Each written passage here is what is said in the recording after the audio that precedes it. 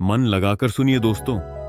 गौतम बुद्ध ने कहा था, जो बीत गया उसे लेकर मत सोचो, जो आने वाला है उसकी चिंता मत करो, जो इस क्षण में है उसी में जीना सीखो।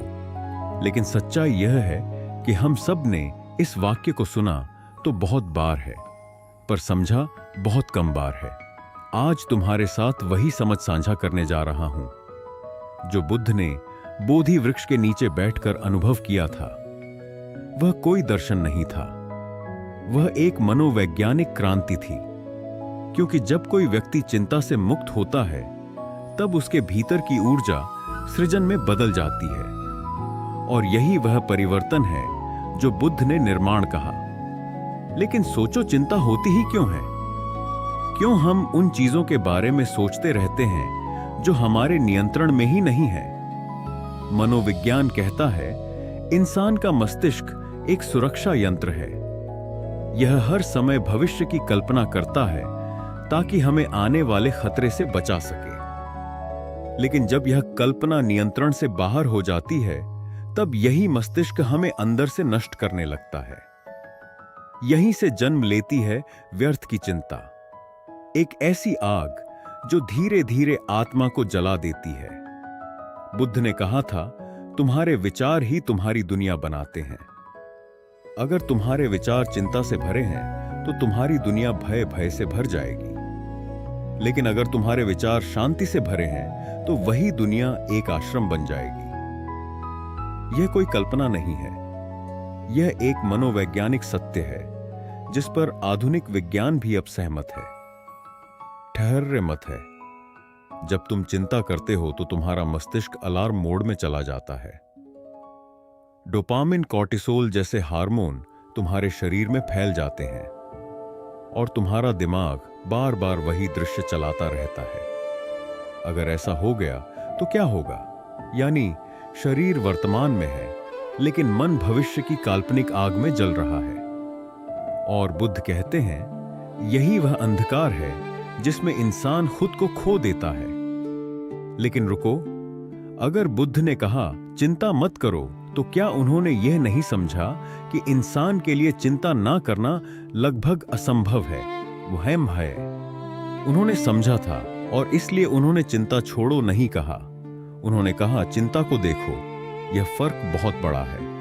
मनोविज्ञान भी यही कहता है। जब हम अपनी भावनाओं को दबाते हैं तो वे और तेजी से वापस आती हैं। लेकिन जब हम उन्हें ऑब्जर्व करते हैं, जब हम खुद को एक दर्शक बनाकर अपने विचारों को गुजरते हुए देखते हैं, तो वे विचार धीरे धीरे अपनी शक्ति खो देते हैं। बुद्ध ने इस प्रक्रिया को कहा साक्षी भाव, और आधुनिक विज्ञान इसे कहता है माइंडफुलनेस। दोनों का अर्थ एक ही है, वर्तमान क्षण में लौट आना। क्योंकि जीवन केवल इसी क्षण में है, ना बीते कल में, ना आने वाले कल में। सोचो, अगर तुम इस क्षण पूरी तरह उपस्थित हो तो क्या कोई चिंता रह जाएगी? नहीं, क्योंकि चिंता हमेशा भविष्य में होती है और भविष्य हमेशा कल्पना में। बुद्ध ने कहा था, जिसने वर्तमान को पकड़ लिया उसने जीवन को पकड़ लिया। तुम्हारे साथ जो भी हुआ वह खत्म हो चुका है। जो होने वाला है वह अब भी आया ही नहीं। तो तुम क्यों अपने मन को ऐसी जंजीरों में बांधे बैठे हो जिनका कोई अस्तित्व ही नहीं? यह वही बिंदु है जहां मनोविज्ञान और बुद्ध की शिक्षा एक साथ मिल जाते हैं। मनोविज्ञान कहता है, तुम्हारे विचार तुम्हारी भावना को जन्म देते हैं और तुम्हारी भावना तुम्हारे कर्म को। बुद्ध कहते हैं, मनुष्य जैसा सोचता है वैसा कोई ही बन जाता है। यानी दोनों एक ही बात कह रहे हैं, बस भाषा अलग है। आज हम बुद्ध की उस बुद्धिमत्ता को आधुनिक जीवन में समझेंगे, क्योंकि यह सिर्फ ध्यान या साधना नहीं है, यह मन की चिकित्सा है। एक अंदरूनी विज्ञान है जिससे तुम अपने जीवन की दिशा बदल सकते हो। हर चिंता का मूल असुरक्षा में है और असुरक्षा का मूल अहंकार में। बुद्ध ने कहा था, जब तक तुम यह सोचते रहोगे कि यह मेरा है, यह मैं हूं, तब तक चिंता तुम्हारा पीछा नहीं छोड़ेगी। क्योंकि जो कुछ भी तुम अपना मानते हो उसके खोने का डर तुम्हारे भीतर रहता है और यही डर ही चिंता बन जाता है। अगर तुम गहराई से देखो तो हर चिंता का मूल डर है और हर डर का मूल अज्ञान है। अज्ञान की जीवन क्या है, कौन नियंत्रक है और कौन नियंत्रित हो सकता है? बुद्ध का संदेश साफ है। समझो, जीवन को स्वीकारो और छोड़ दो वह जो तुम्हारे नियंत्रण में नहीं। लेकिन यह छोड़ना भागना नहीं है, यह वह छोड़ना है जहां तुम अपने विचारों की जंजीरों से मुक्त हो जाते हो, जहां तुम योनश यह नहीं कहते कि मुझे चिंता नहीं करनी चाहिए, बल्कि यह कहते हो, हां, मैं देख रहा हूं कि मेरे भीतर चिंता उठ रही है। बस इतना देखना ही उसे मिटाने लगता है। बुद्ध कहते हैं, जैसे कमल का फूल कीचड़ में खिलता है पर कीचड़ से अछूता रहता है, वैसे ही सजग मनुष्य दुनिया के बीच रहकर भी उसकी चिंता से अछूता रह सकता है। यह सजगता ही मुक्ति है। यह कोई जादू नहीं, यह अभ्यास है। तो अगर तुम यह सुन रहे हो तो यह कोई सामान्य वीडियो नहीं है। यह तुम्हारे मन के भीतर झांकने की शुरुआत है। यह वह क्षण है जहां तुम और तुम्हारे विचार अलग दिखाई देने लगते हैं, और यही है बुद्धत्व की पहली सीढ़ी। अब बस एक शर्त है, इस यात्रा को बीच में मत छोड़ना, क्योंकि जो आने वाला है वह तुम्हारे भीतर एक ऐसी गहराई खोलेगा जहां तुम्हें एहसास होगा कि तुम्हारे साथ कुछ भी गलत नहीं है। सिर्फ तुम्हारे विचार बहुत शोर मचा रहे हैं, और जब यह शोर शांत होगा तो तुम्हारे भीतर से वही आवाज उठेगी, सब सही हो जाएगा। क्या तुमने कभी सोचा है कि जब तुम चिंता करते हो तो वास्तव में तुम क्या कर रहे होते हो? तुम किसी समस्या का समाधान नहीं कर रहे होते, तुम बस अपने मन में उस समस्या का बार बार एक नाटक खेल रहे होते हो जहां हर बार तुम हार जाते हो। यही है चिंता। बुद्ध ने कहा था, चिंता उस चीज को नहीं बदल सकती जो होनी है, लेकिन यह तुम्हारे भीतर की शांति को जरूर नष्ट कर देती है। और मनोविज्ञान भी यही कहता है। ओवरथिंकिंग प्रॉब्लम्स को हल नहीं करती, बल्कि उन्हें बढ़ा देती है। यानी जब तुम ज्यादा सोचते हो तो तुम समाधान से नहीं, भ्रम से जुड़ते हो। चिंता की जड़ है अनिश्चितता का भय। जब हम भविष्य को देख नहीं पाते तो मन उसे कल्पना से भर देता है, और यह कल्पना ज्यादातर नकारात्मक होती है, क्योंकि हमारा मस्तिष्क सुरक्षा चाहता है, शांति नहीं। वह हमेशा पूछता है, अगर कुछ गलत हो गया तो, अगर मैं असफल हो गया तो, अगर लोग मुझे छोड़ देंगे तो? मनोविज्ञान कहता है यह सर्वल इंस्टिंक्ट है। यह वही प्रणाली है जो हमारे पूर्वजों के समय से चली आ रही है। जब इंसान जंगलों में खतरे में जीता था, तब यह चिंता जीवन बचाती थी। आज यह चिंता जीवन खा रही है। वक्त बदल गया है, लेकिन मन अब भी उसी पुराने डर के हिसाब से काम कर रहा है, और बुद्ध ने यही देखा था। उन्होंने मन के इस पुराने प्रोग्राम को तोड़ने का तरीका बताया। उन्होंने कहा, जो डरता है वह 2 बार मरता है, एक बार कल्पना में और एक बार सच में। इसलिए उन्होंने सिखाया, देखो, समझो और जाने दो। मगर हम ऐसा करते नहीं। हम चिंता को पकड़कर बैठ जाते हैं जैसे वह कोई अमूल्य वस्तु हो। हम सोचते हैं कि अगर हम लगातार सोचते रहेंगे तो शायद कोई जादुई समाधान मिल जाएगा। लेकिन मनोविज्ञान कहता है, जब तुम लगातार चिंता करते हो तो तुम्हारा मस्तिष्क पैरालिसिस बाय एनालिसिस में चला जाता है, यानी इतना सोचता है कि कुछ करने की शक्ति ही खत्म हो जाती है। बुद्ध ने इसी स्थिति को कहा अज्ञान का बोझ। उन्होंने बताया कि चिंता करने वाला मन अंधेरे में जलती हुई दीपक की तरह है, जो खुद को भी जलाता है और अपने आसपास को भी।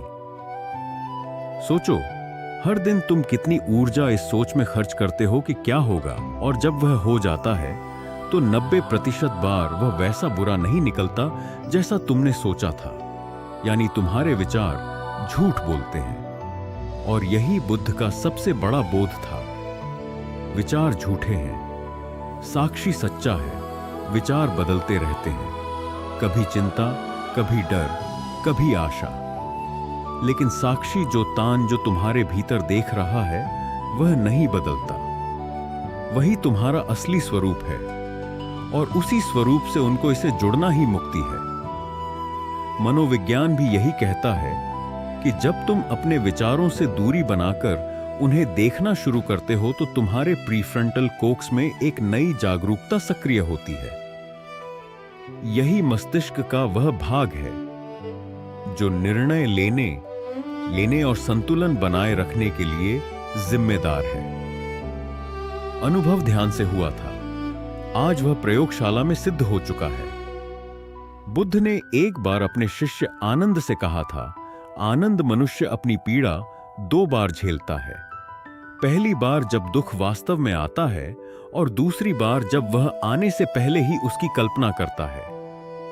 यह वाक्य आधुनिक मनोविज्ञान के एंटीसिपेटरी एंजाइटी सिद्धांत से मेल खाता है, जहां व्यक्ति घटना से पहले ही उसका दर्द महसूस करता है। यह ऐसा है जैसे आग जलने से पहले ही तुम खुद को जला लो। पर बुद्ध की शिक्षा यह नहीं थी कि चिंता गलत है। उन्होंने कभी नहीं कहा कि चिंता करना पाप है। उन्होंने कहा, चिंता को समझो, क्योंकि जो समझ में आ जाता है वह बदल जाता है। जो समझ में नहीं आता वही बार बार लौटता है। बुद्ध ने कहा, मन के विचारों को पकड़ो मत, बस उन्हें गुजरते हुए देखो। यह वही सिद्धांत है जो आज कॉग्निटिव बिहेवियरल थेरेपी में प्रयोग होता है, जहां व्यक्ति को सिखाया जाता है कि तुम्हारे विचार तथ्य नहीं हैं, वे बस विचार हैं। अगर तुम इस पल यह देख सको कि तुम्हारा मन चिंतित है, तो यह देखना ही तुम्हें उससे थोड़ा मुक्त कर देता है। जैसे ही तुम कहते हो, हां, मैं देख रहा हूं कि मेरा मन डर रहा है, तुम अपने मन से एक कदम पीछे आ जाते हो, और वही एक कदम मुक्ति की दिशा में पहला कदम है। बुद्ध का मार्ग यही था, अवलोकन का मार्ग, ना दमन ना संघर्ष। उन्होंने कहा, संघर्ष ही चिंता को बढ़ाता है और स्वीकृति ही उसे भुला देती है। जब तुम अपने विचारों को स्वीकार करते हो तो वे धीरे धीरे धुंध की तरह गायब हो जाते हैं। सोचो, जब तुम अपने मन के विचारों को समझना शुरू कर दोगे तो क्या तुम्हारे ऊपर उनका वही प्रभाव रहेगा? नहीं, क्योंकि जो दिखने लगता है वह पकड़ने की जरूरत नहीं रह जाती, वह बस अपने आप गिर जाता है। मनोविज्ञान में इसे कहते हैं अवेयरनेस रेजिस्टेंस, यानी जितना तुम सजग होगे उतनी ही कम तुम भीतर के प्रतिरोध से लड़ोगे, और जितनी कम लड़ाई उतनी अधिक शांति। बुद्ध कहते हैं, शांति कोई मंजिल नहीं, यह तुम्हारे भीतर पहले से मौजूद है, बस चिंता ने उसे ढक रखा है। तुम्हारा काम कुछ नया बनाना नहीं है, सिर्फ उस धूल को हटाना है जो चिंता ने बिछा रखी है। एक बार एक व्यक्ति बुद्ध के पास आया, बहुत चिंतित। उसने कहा, भगवान, मेरा जीवन समस्याओं से भरा है, कृपया ऐसा कुछ सिखाइए कि मेरी सारी समस्याएं खत्म हो जाए। बुद्ध मुस्कुराए और बोले, ऐसी कोई शिक्षा नहीं है जो समस्याएं खत्म कर दे, लेकिन ऐसी शिक्षा जरूर है जो तुम्हारी चिंता खत्म कर दे। वह व्यक्ति चौंक गया। वो कैसे? बुद्ध बोले, जब तुम समस्याओं को स्वीकार करना सीख जाते हो तो वे समस्याएं रह ही नहीं जाती, वे जीवन के शिक्षक बन जाती हैं। यह समझ लेना ही बुद्धत्व है, क्योंकि चिंता हमेशा विरोध से पैदा होती है। जब हम कहते हैं, ऐसा क्यों हुआ, मुझे ऐसा नहीं चाहिए था, तो हम वास्तविकता से टकरा रहे होते हैं, और वास्तविकता से लड़ने वाला हमेशा हारता है। मनोविज्ञान इसे कॉग्निटिव डिसोनेंस कहता है, जहां तुम्हारे विचार और तुम्हारी सच्चाई एक दूसरे से भिड़ते हैं, और इसी टकराव से तनाव चिंता, कई कथूस चिंता अवसाद जन्म लेते हैं। लेकिन जब तुम स्वीकार करते हो तो यह टकराव समाप्त हो जाता है। तुम कहने लगते हो, हां, यह हुआ, मैं इसे देख रहा हूं, और वहीं से मन की मुक्ति शुरू होती है। बुद्ध का मार्ग सरल था लेकिन गहरा था। उन्होंने कहा, वर्तमान को अपनाओ, क्योंकि भविष्य को लेकर तुम्हारी चिंता तुम्हारे वर्तमान की शांति को लूट लेती है। आज हम सब वही गलती कर रहे हैं। हम अपने जीवन का सबसे कीमती पल या क्षण किसी कल्पित कल की चिंता में घमा रहे हैं। हमारी सोच हमें हर क्षण कहीं और ले जाती है, और जीवन यहां अभी घट रहा होता है। अगर तुम यह समझ लो कि जीवन को लेकर जो कुछ भी घट रहा है वह तुम्हारे नियंत्रण में नहीं है, तो तुम चिंता से आधे मुक्त हो जाओगे। और जब तुम समझोगे कि प्रतिक्रिया तुम्हारे नियंत्रण में है, तो तुम पूरी तरह मुक्त हो जाओगे। याद रखो, बुद्ध का चिंता मत करो कोई साधारण वाक्य नहीं था, वह एक मनोवैज्ञानिक प्रयोग था। उन्होंने देखा था कि जब व्यक्ति चिंता को छोड़ता है तो वह सिर्फ शांत नहीं होता, वह बुद्धिमान बनता है, क्योंकि अब उसका मन देख सकता है, सुन सकता है, समझ सकता है। और यही समझ जीवन का सबसे बड़ा प्रकाश है। तो अगली बार जब चिंता उठे, उसे मत भगाओ, मत दबाओ, बस उसे देखो जैसे तुम आकाश में बादल को गुजरते हुए देखते हो। वह आएगा, कुछ पल रहेगा और चला जाएगा। तुम आकाश बने रहो और उस क्षण तुम महसूस करोगे कि जो बुद्ध ने कहा था सब सही हो जाएगा। वह कोई सांत्वना नहीं थी, वह एक गहरा सत्य था। कभी कभी जिंदगी हमें ऐसे मोड़ पर ले आती है जहां सब कुछ होता है, लोग, काम, जिम्मेदारियां, लेकिन भीतर कुछ टूटा टूटा महसूस होता है। हर सुबह उठकर लगता है कि कुछ सही नहीं है। हर रात सोने से पहले वही विचार मन में गूंजते हैं, क्या मैं कभी शांति पा सकूंगा? यही वह क्षण है जहां बुद्ध का मार्ग शुरू होता है। बुद्ध कहते हैं, तुम्हारी समस्या बाहर नहीं, तुम्हारी समस्या तुम्हारी प्रतिक्रिया में है। बाहर की दुनिया तुम्हें वैसी ही लगती है जैसी तुम्हारी भीतर की स्थिति है। अगर भीतर भय है तो बाहर का हर व्यक्ति खतरा लगता है। अगर भीतर क्रोध है तो बाहर की हर बात चोट करती है। और अगर भीतर चिंता है तो हर परिस्थिति भारी लगती है। इसलिए बुद्ध ने बाहर नहीं, भीतर झांकने की शिक्षा दी। उन्होंने कहा, जो भीतर को जीत लेता है वही बाहर को जीत सकता है। मनोविज्ञान भी इसी दिशा में कहता है कि हर भावना का मूल परसेप्शन में है। तुम दुनिया को जैसे देखते हो वह वैसी ही बन जाती है। अगर तुम्हारा देखने का चश्मा चिंता का है तो हर स्थिति में तुम्हें डर ही दिखेगा। तो बुद्ध ने पहला अभ्यास बताया, साक्षी भाव, ऑब्जर्वेशन। उन्होंने कहा, मन को मत बदलो, मन को देखो, क्योंकि मन को बदलने की कोशिश ही चिंता का कारण है। जब तुम कहते हो मुझे चिंता नहीं करनी चाहिए, तब तुम अपने आप से लड़ने लगते हो, और यही आंतरिक संघर्ष चिंता को और गहरा कर देता है। मनोविज्ञान इस अवस्था को रेजिस्टिव थिंकिंग लूप कहता है, यानी तुम जितना किसी विचार को हटाने की कोशिश करते हो वह उतना ही शक्तिशाली होकर लौट आता है। इसे ही बुद्ध ने समझा और कहा, जो दिख रहा है उसे बस देखने दो। इसका अर्थ है, जब चिंता आए उसे स्वीकारो, उसे नाम दो, जैसे कहो, हाँ मैं देख रहा हूं कि चिंता आई है। बस यह कहना ही जादू करता है, क्योंकि तुम चिंता नहीं हो, तुम बस चिंता को देख रहे हो। देखने वाला कभी चिंता नहीं होता। यह बोध ही मन को पहली बार राहत देता है। यही साक्षी भाव ध्यान की शुरुआत है। बुद्ध ने कहा, सांस को देखो, क्योंकि सांस वर्तमान में होती है, विचार हमेशा भविष्य में। जब तुम सांस पर लौटते हो, तुम अनजाने में चिंता से दूर चले जाते हो। मनोविज्ञान के अनुसार, जब व्यक्ति अपनी सांस पर ध्यान केंद्रित करता है तो उसके शरीर में पैरासिनेथेटिक मिशन, न्यूरोलॉजिकल सिस्टम सक्रिय होता है। मी है जो स्वाभाविक रूप से शांति और स्थिरता लाता है, यानी ध्यान कोई रहस्यमय क्रिया नहीं, यह एक गहरा वैज्ञानिक अभ्यास है। बुद्ध ने सिखाया, सांस को देखो जैसे कोई नदी बह रही हो। ना उसे तेज करो, ना रोकने की कोशिश करो, बस उसके साथ बहो। धीरे धीरे तुम महसूस करोगे कि तुम्हारे विचार धीमे पड़ने लगे हैं, मन का तूफान ठहरने लगा है। अब एक और गहराई आती है, स्वीकृति, एक्सेप्टेंस। बुद्ध ने कहा, जैसे है वैसे को देखो, मत कहो कि यह अच्छा है या बुरा, बस कहो।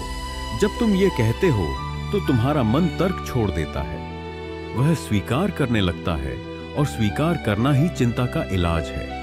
मनोविज्ञान भी यही कहता है, जब व्यक्ति अपनी भावनाओं को स्वीकारता है तो उनका असर धीरे धीरे घटने लगता है।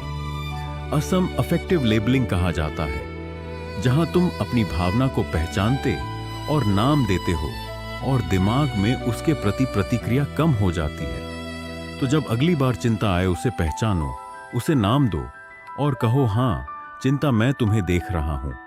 बस यह कहना ही मन में हल्कापन लाता है। फिर बुद्ध ने सिखाया अनित्य भाव, इम्परमानेंस। उन्होंने कहा, कुछ भी स्थायी नहीं है। तुम्हारे विचार, तुम्हारा दुख, तुम्हारी चिंता सब अस्थायी है। वे आएंगे, रहेंगे और चले जाएंगे। बस तुम उन्हें पकड़ते हो, इसलिए वे टिके रहते हैं। मनोविज्ञान इसे टेम्पोरल टचमेंट कहता है, यानी जब तुम समझ लेते हो कि हर भावना अस्थायी है तो तुम उससे डरना छोड़ देते हो, और जब डर खत्म होता है तो चिंता स्वतः खत्म हो जाती है। बुद्ध ने अपने शिष्यों को सिखाया था कि हर भावना को बादल की तरह देखो। बादल आते हैं, जाते हैं, पर आकाश वैसा ही रहता है। तुम वही आकाश हो।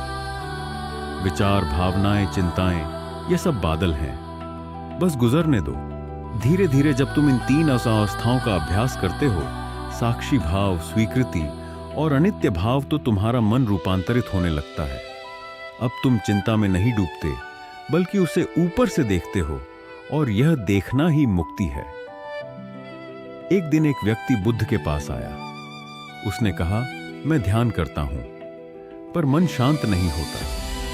हर वक्त चिंता चलती रहती है। बुद्ध मुस्कुराए और बोले, तुम शांत मन की तलाश कर रहे हो, जबकि ध्यान का अर्थ मन को शांत करना नहीं, बल्कि उसे समझना है। उस व्यक्ति ने पूछा, फिर क्या करना चाहिए?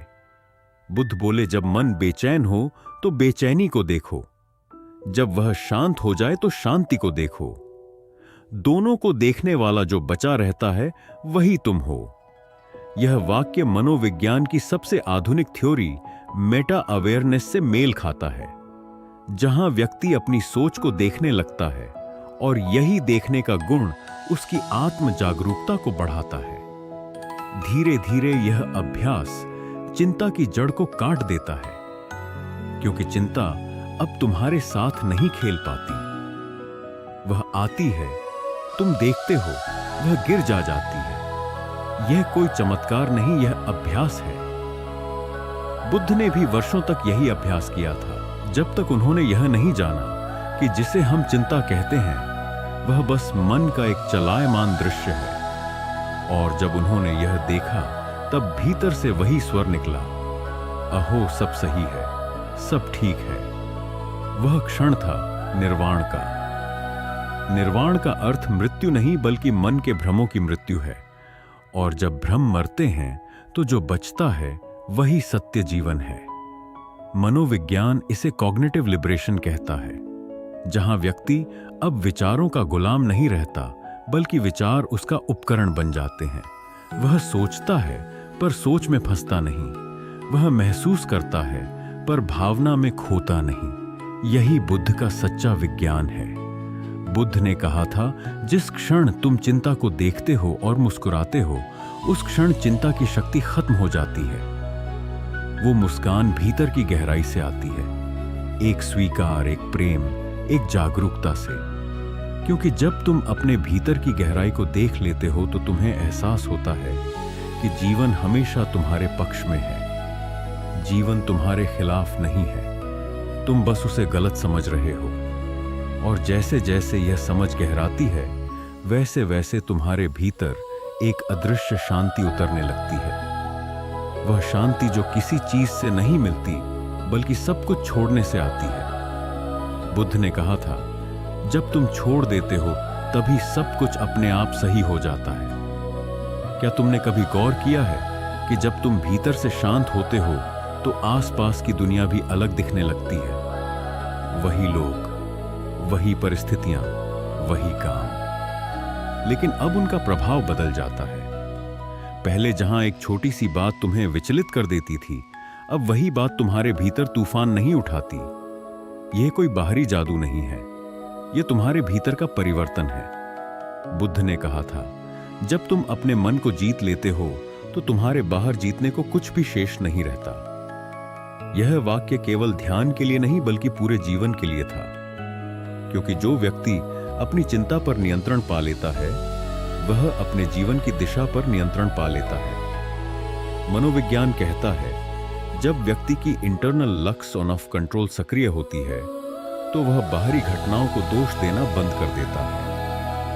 अब वह जानता है मेरे साथ क्या हुआ, वह महत्वपूर्ण नहीं, मैं उसके साथ क्या करता हूं वही मेरी पहचान तय करता है। बुद्ध ने भी यही कहा था, दुख का कारण घटना नहीं प्रतिक्रिया है। जब यह बात भीतर उतरती है तो हर परिस्थिति, हर व्यक्ति एक शिक्षक बन जाता है। तुम्हें अब कोई नुकसान नहीं पहुंचा सकता क्योंकि तुमने भीतर से स्वयं को समझ लिया है।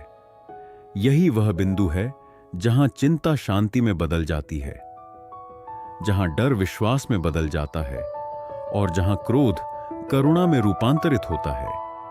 एक बार बुद्ध किसी गांव से गुजर रहे थे। वहां एक व्यक्ति ने उन्हें अपशब्द कहे। बुद्ध शांत खड़े रहे। मुस्कुराते हुए शिष्य चकित हो गए।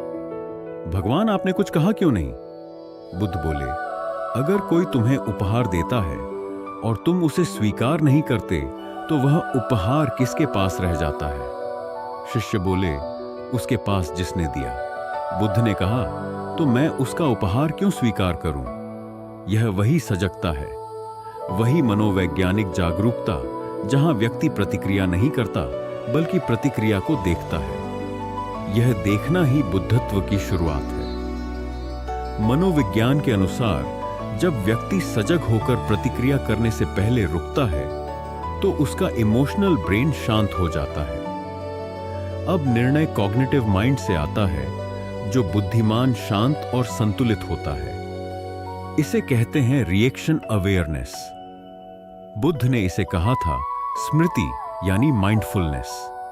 यानी बुद्ध का स्मृति और आज का माइंडफुलनेस एक ही चीज है। सचेत रहना, हर क्षण देखना, बिना निर्णय किए स्वीकार करना।